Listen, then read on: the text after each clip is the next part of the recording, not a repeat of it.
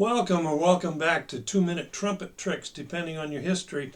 Today we're going to talk about something that most band directors stress all the time, but sometimes it can be confusing how to do it.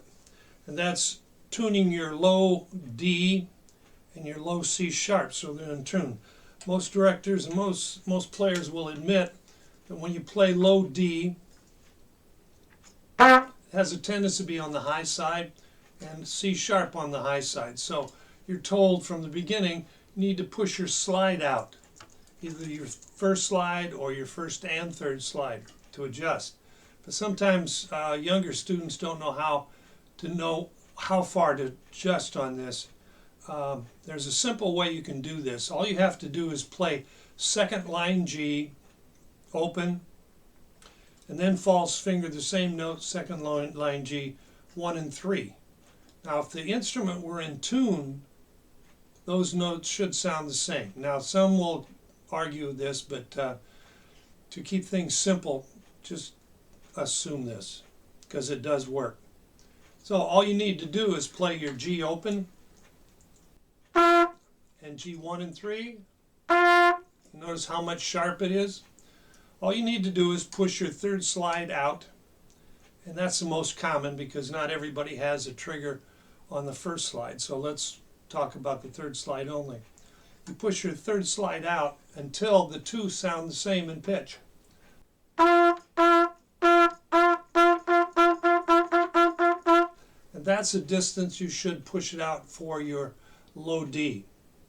Now to check your low C sharp, you false finger F sharp, first bass, like regular fingering, and then false finger at 1, 2, and 3. And those should sound the same, but they don't. That's the one that really cringes. So you just keep going back and forth from conventional fingering to false fingering on the F sharp and push the slide out to match the pitch.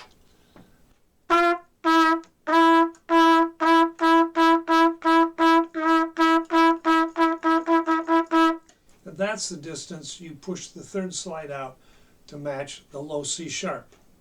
Basically, life would be simple if everything was built the same way, but each individual instrument has its own characteristics and advantages and flaws.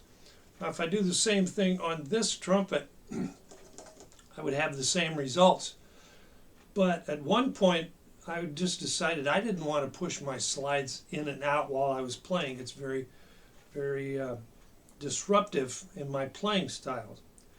So I devised a way of adjusting, and you'll notice on this, and I'll give you the reference to go to on my blog, explains it in more detail. I've actually put inserts in the first, second, and third valve slides, which all three lower the notes a little tiny bit. And in doing so, by adding up the lowered first, second, and third, I've got enough to play my low C sharp in tune. And the same, I've got enough lowered in the first and the third slide inserts to play a low D in tune. So I don't mess with pushing my slides in and out. I just don't do it anymore. But it only works for this horn for a couple reasons. It just has its own identity.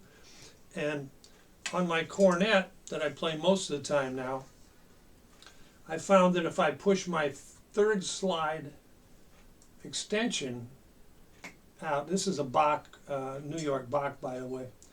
If I push it out this far, which is the same amount that is taken up with the safety screws in here, I don't have to worry about them at all.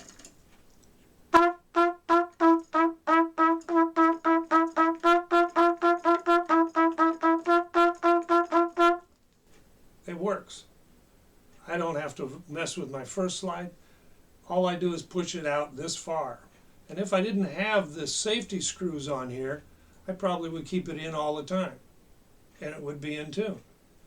But this is a remarkable instrument. It is, the serial number I think is like 1200, something like that. It's a very, very, very nice cornet. I'm not a Bach lover, in the past because I always thought the Schilke was the best horn. And then when Schilke changed ownerships and so forth, I decided to go with the Yamaha and play a Bobby Shoe Yamaha. But when I found this cornet, I fell in love with it. And as you can see, I haven't polished or played on this instrument for a long time. So this is my favorite now. And it's a Bach. I never thought I'd play a Bach, but I'm playing it all the time now. So thank you all for watching, and stay tuned for more little tricks to improve your trumpet playing. Thank you.